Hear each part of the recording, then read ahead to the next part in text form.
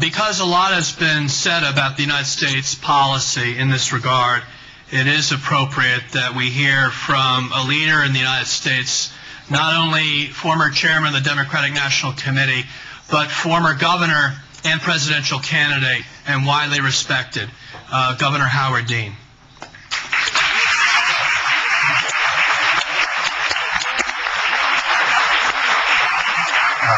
Patrick, thank you for your kind introduction.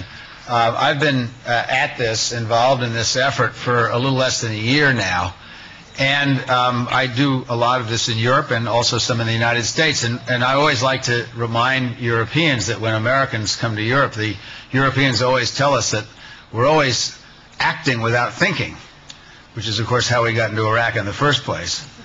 But then I always like to remind the Europeans that they always think without acting. That cannot happen any longer.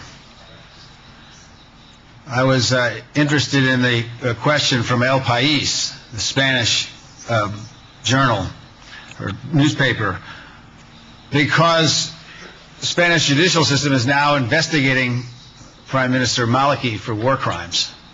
So we have the spectacle of the President of the United States in less than 2 weeks' time entertaining someone who is accused of war crimes and is being investigated for them.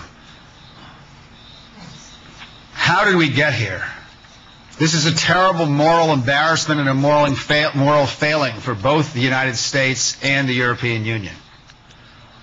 The European Union, in my belief, has, over the last 60 years, embarked on the most important experiment in democracy and governance since the founding of my own country 235 years ago.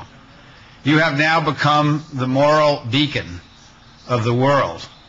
Europe has better financial laws than the United States or anywhere else in the world. You have better consumer protection laws than anywhere else in the world. You have better environmental laws than anywhere else in the world. You are the moral standard for the world. You cannot afford not to act. I will concede that the United States has more culpability in this matter. That is, the United States will bear the largest part of the blame, short of Maliki himself, if harm comes to those in Ashraf. We have an obligation and we have the means, even while we still have troops on the ground in Iraq, to stop this from happening. But Europe must lead the way morally, as you have for some time in the area of human rights. Tomorrow's meeting of the foreign ministers cannot just be another exercise in debating. There has to be real action that comes out of that meeting. And you do have the power, not just to condemn and send more letters.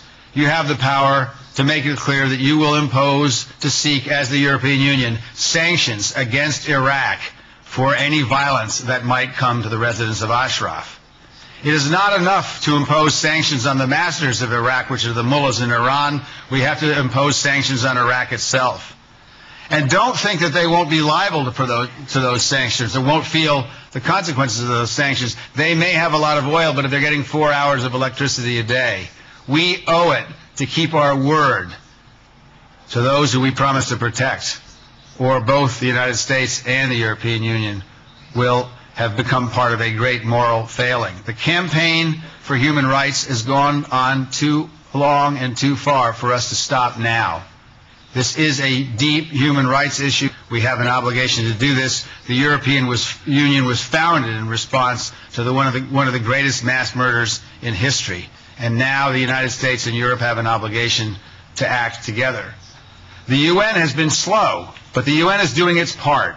We cannot criticize the United Nations here for anything but perhaps being a little slower, but we have been even more slow in the United States and the European Union, and that must stop tomorrow. Even though the United States has greater culpability in this matter than the European Union must lead tomorrow.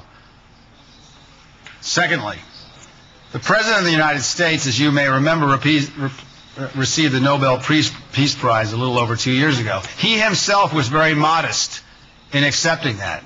He said something like, one day, this is a little early, I hope to earn this. Well, in 31 days, we are going to find out if the President of the United States has earned his Nobel Peace Prize. I have never heard of a Nobel laureate who stood aside while mass murder took place.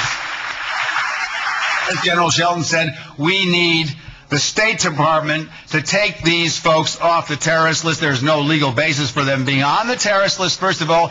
And it is very clear that the fact that they're on the list is being used by an excuse by Iran and Iraq to commit mass murder. It is also very clear, and we have this as information from the UNHRC in the letters that they have sent to Obama administration officials, that is the designation of the State Department, the improper designation of the State Department, which is making it more difficult to resettle these refugees. It is time for the State Department to fess up. Will the State Department stand by and be complicit in mass murder? I hope not, for the sake of my country.